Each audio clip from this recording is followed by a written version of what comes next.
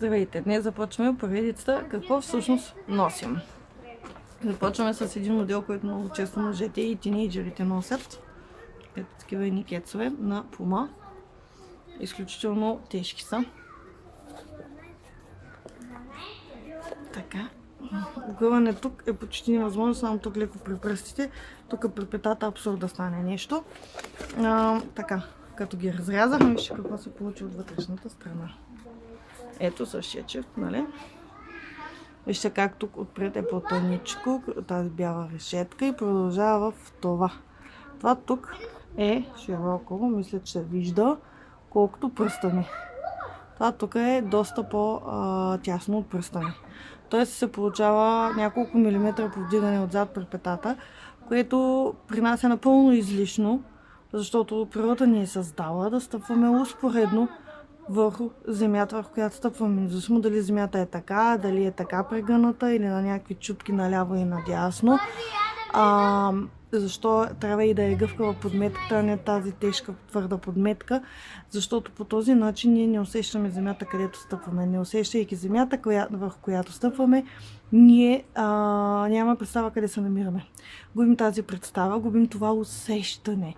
Тоест, твърдите и тесни обувки водят до закърняване на много от нашите усещания, губене изобщо на тези усещания, да не говорим, че закърняват и мускулите на нашите ходила. Другия модел, който разрязахме, честно казвам, и аз имах подобна обувка, мрежеста изцяло, с тази така наречена memory пяна. Хубавото е, че при тази клиентка носенето не е довело до изтъркване. При мен винаги подметката беше изтъркана от тази част, вътрешната страна, и тук при пръстите. Така, виждате обувката колко е грешна формата, вижте как е заострена. Тоест, в най-широката част е точно тук, което означава, че ще имаш два пръста аванс, което е прекалено много като аванс.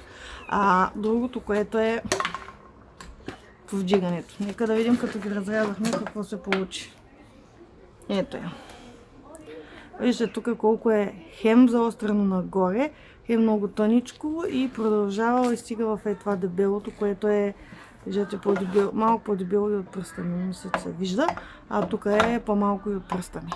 Абсолютно излишно и пак водещо и до сващания, и до болки, а притискането на пръстите отпред.